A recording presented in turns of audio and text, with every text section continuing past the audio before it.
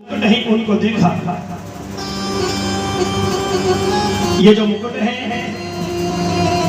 ये पांडवों का नहीं था। ये मुकुट जो है ये राजा जरासंध का था। राजा जरासंध का जिसको युद्ध में हरा करके पांडव लोग लेकर के आए थे। आज जरासंध का मुकुट पहन करके सुदूर नामक जंगल में राजा परीक्षित वन गमन के लिए चले गए।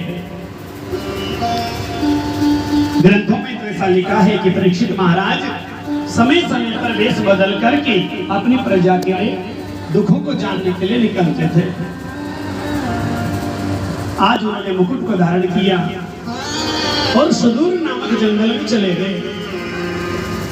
जंगल में जाकर के राजा परीक्षित ने देखा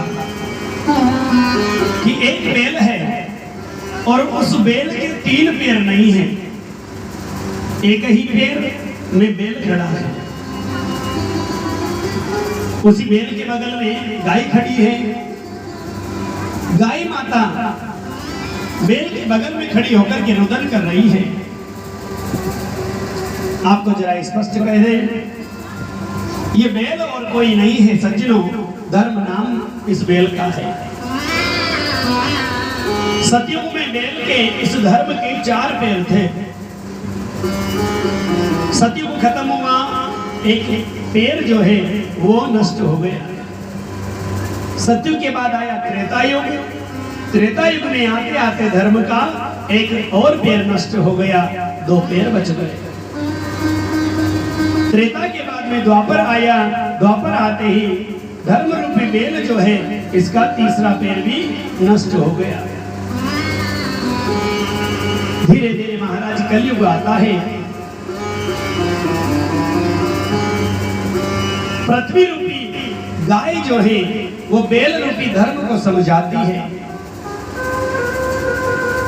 और धर्म रूपी बेल जो है वो माता पृथ्वी से कहता है कि हे माता, आप क्यों रो रही हो?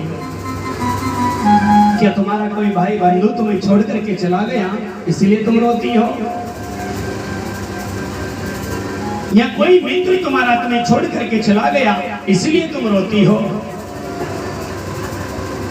क्या तुम मेरे कटे हुए पैरों को देख करके रुदन करती हो माता?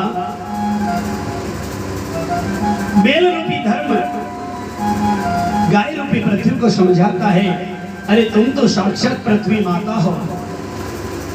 अरे कृष्ण ने तुम्हारी ऊपर बड़ी से बड़ी सुंदर लीलाएं की है। हो सकता है कि कन्हैया तुम्हें छोड़ करके चले गए हो इसलिए तुम रोती हो। आखिर आपका कारण क्या है? पृथ्वी रूपी गाय ने कहा, भगवान आप साक्षात धर्म हो। यदि धर्म उत्तरोत्तर बढ़ेगा, प्रतिदिन बढ़ेगा तो पृथ्वी को प्रसन्नता होगी। क्योंकि शास्त्र कहता है कि हम पाप भी पृथ्वी पे करते हैं और धर्म भी पृथ्वी पे करते हैं। परंतु ये संसार जो है ये धर्म का पालन नहीं करता। ये पापमय कलयुग की कुदृष्टि का शिकार हो गया है। इन दोनों की बातें राजा परीक्षित खड़े होकर के सुन रहे थे। राजा परीक्षित पास में आए और कहने लगे कि महाराज ये बताइए कि आपके ये 3 पैर किसने काटे हैं? मैं परीक्षित हूँ, पांडवों का पुत्र हूँ। मेरे राज्य में ऐसा अनाधिकार कृत्य कोई और कर नहीं सकता। आप साक्षात धर्म के स्वरूप हैं। आपके 3 पैर किसने काटे? मैं उस व्यक्ति को दंडित करूंगा। आप बताइए तो सही।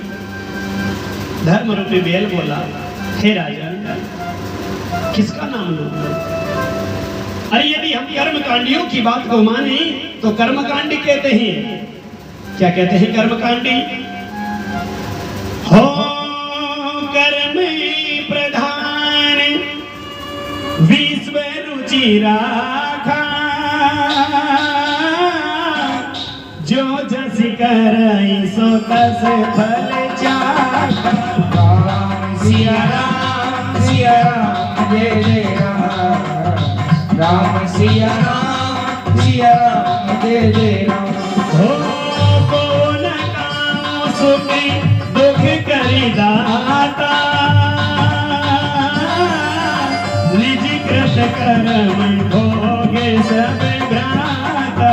राम सिया राम जय जय राम। राम सिया राम जय जय राम। बोले वृंदावन बिहारी लाल की। क्या कहा? धर्म रूपी बेल राजा परीक्षित से कहता है कि मैं किस पे आरोप लगाऊं? कर्मकांडी के विद्वान लोग कहते हैं कर्म प्रदान विश्व रुचिरा का जो जैसी कराई सो तस फल चाका। धर्म रूपी बेल कहता है राजा परीक्षित से, महाराज हो सकता है कि मैंने कर्म ही ऐसे किए हों, इस कारण मेरे 3 पैर कट गए। धर्म रूपी बेल कहता है कि रामायण में तुलसी बाबा ने लिखा है कौन गाँव सुख दुख करी दाता। कोई किसी को सुख कोई किसी को दुख नहीं दे सकता। निज कृत कर्म भोगे सब भ्राता। हे राजा परीक्षित, शायद मेरे ही कर्म गलत होंगे, इसलिए मेरे 3 पैर कट गए। कोई किसी को तकलीफ नहीं दे सकता, कोई किसी को कष्ट नहीं दे सकता। अरे जो कुछ भी प्राप्त होता है वो अपने कर्मों से प्राप्त होता है। बेल रूपी धर्म कहता है यदि